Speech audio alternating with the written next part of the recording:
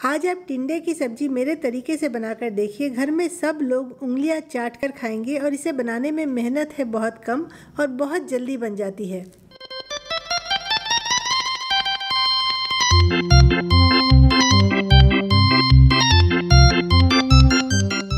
आधा किलो मैंने टिंडा लिया है और इसे बहुत अच्छे से धो लेते हैं। टिंडा लेते समय आप इस बात का ध्यान रखें कि टिंडे छोटे साइज़ के हों और रोएदार हों। टिंडा अगर बड़ा हो जाता है तो कई बार इसमें बीज हो जाते हैं और वो टिंडा खाने में बिल्कुल भी अच्छा नहीं लगता। तो छोटे साइज़ के मैंने इस तरीके के टिंडे लिए हैं। इसे अच्छे से छील लेते हैं। छीलने के बाद इसका ये जो ऊपर वाला पार्ट है इसे भी थोड़ा सा निकाल देते हैं और इसे कट कर देते हैं। कट हमें इस तरीके से करना है कि ये नीचे से जुड़ा रहे लेकिन इस पर एक क्रॉस का निशान बन जाए।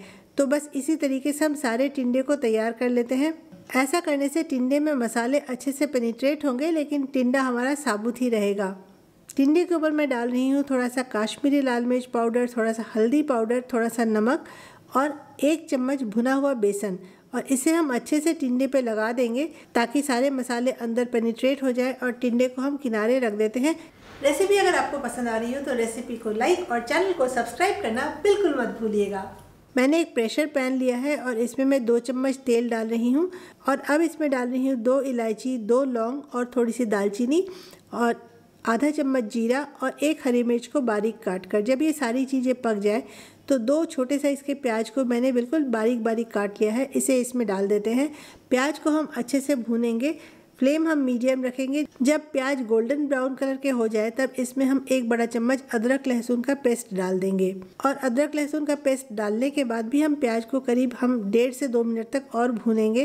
प्याज, अदरक, लहसुन अब सब अच्छे से भुन चुके हैं। तो अब इसमें मैं 1 बड़े साइज़ के टमाटर को पीस कर डाल रही हूँ और टमाटर को भी इसके साथ भूनेंगे।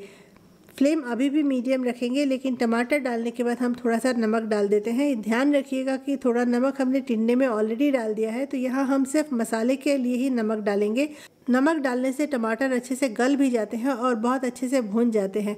तो अब हम सारे मसालों को अच्छे से भूनेंगे। इसे भूनने में करीब हमें 5-6 मिनट का समय लगेगा और उसके बाद इसमें हम सारे सूखे मसाले डाल देते हैं। आधा चम्मच मिर्च, थोड़ी सी हल्दी और 1 चम्मच धनिया पाउडर।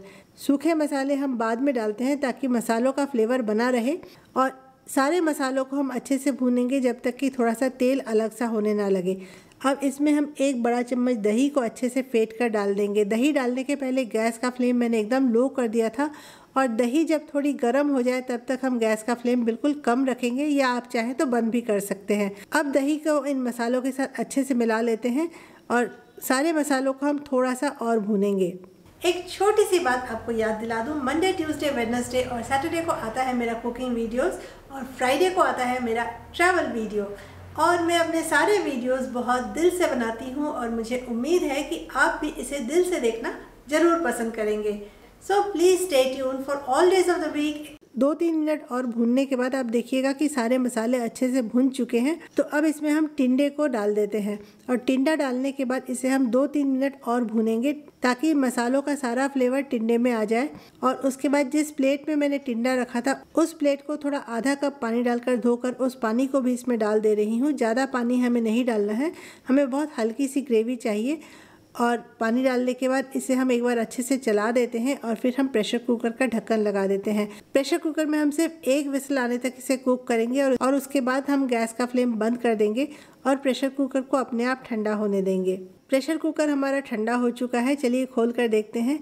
तो बहुत ही बढ़िया टिंडे की हमारी सब्जी बनकर तैयार है। सब्जी को हम एक सर्विंग डिश में निकाल लेते हैं और ऊपर से हरी धनिया की पत्ती से इसे हम गार्निश कर देते हैं। ये सब्जी खाने में बहुत स्वादिष्ट बनी है। इसे आप रोटी या चावल दोनों के साथ खा सकते हैं, टिफ़िन में भी दे सकते हैं। सब्जी खाने में बहुत ही टेस्टी बनी है। रेसिपी पसंद आ रही हो तो अपने फ्रेंड्स, फैमिली सभी के साथ शेयर भी ज़रूर कीजिएगा।